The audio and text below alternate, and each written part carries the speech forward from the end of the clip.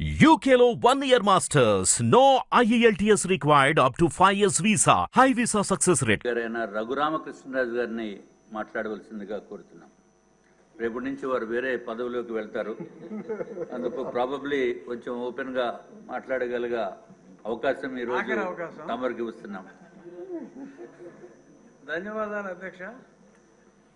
రేపటి నుంచి నా కష్టాన్ని గుర్తించి ఈరోజే నాకు మాట్లాడే అవకాశం ఇచ్చినందుకు మీకు నా హృదయపూర్వక ధన్యవాదాలు. ఈ బడ్జెట్ ప్రజెంటేషన్ అనేది నిజంగా ఈ సంవత్సరం ఇచ్చిన బడ్జెట్ కత్తి మీద సాము కన్నా కూడా చాలా క్లిష్టమైన పరిస్థితి. ఎందుకంటే మనం ఊహించుకున్నది వేరు, ఊహించుకున్న దాన్ని మించి ఆర్థికంగా అస్తవ్యస్తంగా మారిపోయింది. వచ్చిన తర్వాత ఆ లెక్కలు చూసి ఆర్థిక మంత్రి గారే అసలు ఆ షాక్ నుంచి బయటపడటానికి కూడా చాలా రోజులు పట్టింది. ముఖ్యమంత్రి గారు కూడా ఇంత విధ్వంసం జరిగింది అనుకోలేదని చెప్పి 3 రోజులు గతంలో ప్రజెంటేషన్ అంతా కూడా ఎంత విధ్వంసం జరిగింది అన్నది చెప్పారు. అయినప్పటికీ కూడా మరి ఇప్పుడు ఆ బడ్జెట్ రిలీజ్ చేశారంటే అది ఒక్క చంద్రబాబు నాయుడు గారి వల్లే సాధ్యం. ఎందుకంటే మనం మాట ఇచ్చాం, ఇచ్చిన మాట నిలబెట్టుకోవాలి. కొంచెం సమయం పట్టినా కూడా అన్నిటికీ కేటాయింపులు జరుపుతూ సంక్షేమాన్ని, ఎందుకంటే అభివృద్ధికి సమయం పడుతుంది. నారా లోకేష్ గారు 1,50,000 కోట్ల ప్రాజెక్టు ఒకటి తీసుకొచ్చారు. టీసీఎస్ నుంచి ఇన్వెస్ట్మెంట్లు, ఇంకా ఇంకొక 50,000 కోట్లు రిలయన్స్ ఇండస్ట్రీ నుంచి పెట్టుబడులు, ఇవన్నీ కార్యరూపం దాల్చి మనకి ఆదాయం రావాలి అంటే టీసీఎస్ తొందరగా రావచ్చు, కానీ ఇంకా మిగిలిన సమయం పడుతుంది. కానీ ఇక్కడ సంక్షేమాన్ని పక్కన పెట్టకుండా మరి రాబోయే రోజుల్లో వచ్చే అభివృద్ధి ఇది బ్యాలెన్స్ చేసుకుంటూ, అలాగే మరి గతంలో నేను ఢిల్లీలో కూర్చున్నప్పుడు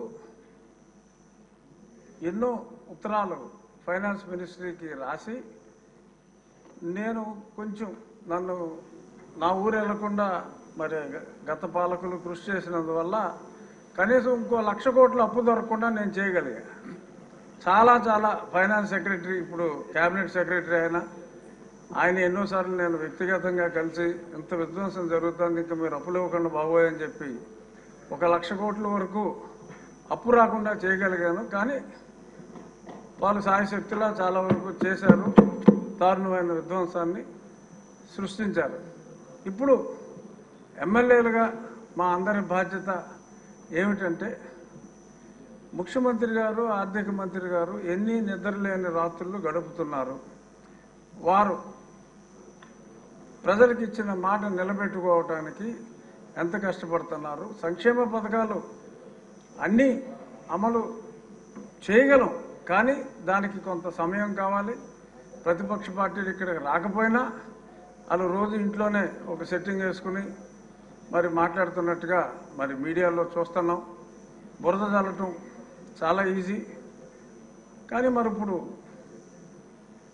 మాట ఇచ్చిన తర్వాత అమలు ఖచ్చితంగా అవుతుంది. కానీ పరిస్థితిని మా ఎమ్మెల్యేలందరూ కూడా నియోజకవర్గ ప్రజలందరికీ తెలియచేయాలి. ఒకదాని తర్వాత ఒకటి, ఒకదాని తర్వాత అన్నదాత సుఖీభావ కానీ, ఇంకా మహిళా నిధి, ఇవన్నీ కూడా జరుగుతాయి. ఒకే 6 నెలల్లో అభివృద్ధి కొంచెం పట్టాలు ఎక్కించి స్టెప్ బై స్టెప్ అన్నవన్నీ చేస్తాము అన్న మెసేజ్ని ప్రజలందరికీ మా శాసనసభ్యులు ఖచ్చితంగా తెలియచేయాలి. ప్రజలు అర్థం చేసుకుంటారు. ఎందుకంటే ఇప్పుడు మనం ఎఫ్ఆర్బిఎం చట్టం అనేది 2003లో వచ్చింది. ఎఫ్ఆర్బిఎం చట్టం వచ్చినప్పుడు దాని ముఖ్యోద్దేశం ఏంటంటే మన రెవెన్యూ డెఫిసిట్ 0 ఉండాలి, ఫిస్కల్ డెఫిసిట్ 3%ని, గ్రాస్ ఫిస్కల్ డెఫిసిట్ 3% దాటకూడదు అనే స్పష్టమైన ఒక ఉద్దేశంతో 2018 కల్లా 0 రెవెన్యూ డెఫిసిట్ ఉండాలంటే, అప్పట్లో మనకి చంద్రబాబు నాయుడు గారు గతంలో ముఖ్యమంత్రి చేసినప్పుడు సంక్షేమ పథకాలు ఉన్నా, ఆ తర్వాత కూడా కొన్ని సంవత్సరాలు మనకి రెవెన్యూ డెఫిసిట్ లేకుండానే ఉన్నాం. కానీ రాను రాను అది తగ్గించాలరా బాబు, పైనుంచి 0 అంటే కింద నుంచి పైకి వెళ్ళాల్సిన పరిస్థితి మనకు వచ్చింది. ఉత్తరప్రదేశ్ లాంటి రాష్ట్రం వాళ్ళు ఎక్కడో ఉన్నవాళ్ళు ఇప్పుడే లోకేష్ గారు కూడా చూశారు, సుమారు 70,000 కోట్లు సర్ప్లస్ రెవెన్యూలో ఉత్తరప్రదేశ్, అరౌండ్ 40,000 కోట్లు సర్ప్లస్ బడ్జెట్లో ఒరిస్సా ఉంది. అందరూ ఆంధ్ర రాష్ట్రాన్ని చూసి అప్పుడు చంద్రబాబు నాయుడు గారు ముఖ్యమంత్రిగా ఉన్నప్పుడు ముక్కు నేలేసుకునేవారు.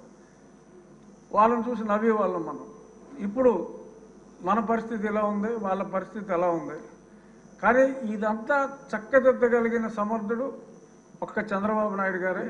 కానీ వారికి మనం అందరం కూడా, ఎమ్మెల్యేలు అందరూ కూడా అండగా ఉండి ఈ కష్టాన్ని ప్రజలందరికీ కూడా తెలియజేసి రాబోయే రోజుల్లో తిరిగి ఉత్తరప్రదేశ్ని, అంటే ఉత్తరప్రదేశ్లో సంక్షేమం తక్కువ, మనం సంక్షేమం చేసినా కూడా అభివృద్ధి పదంలో నడిపించగలిగిన నాయకుడు మనకున్నాడు. కానీ సమయం పడుతుంది. రాబోయే రోజుల్లో ఒరిస్సాను మించి, ఉత్తరప్రదేశ్ని మించి FRBM దేనికైతే ఉద్దేశించారో అవన్నీ కూడా లిమిట్స్లో ఉండేలాగా చంద్రబాబు నాయుడు గారి నాయకత్వంలో మనం అందరం ఈ 5 ఏళ్ళు గడిచేటప్పటికి సర్ప్లస్కి వెళ్ళే విధంగా నడిపిస్తారు.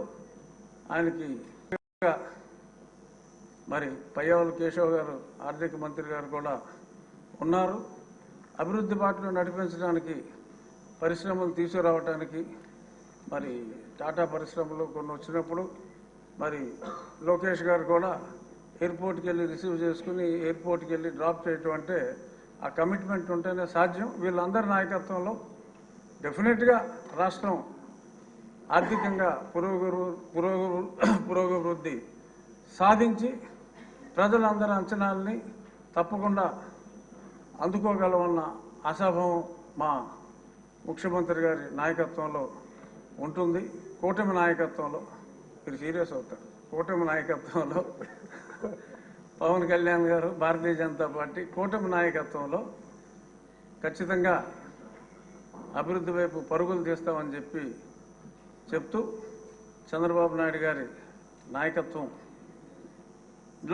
మరింత ముందుకు సాగి పునర్వైభవం ఫర్ ఆంధ్రప్రదేశ్ వస్తుంది అని విశ్వసిస్తూ నాకు ఈ అవకాశం గుర్తు చేసి మరీ ఇచ్చినందుకు థ్యాంక్ యూ.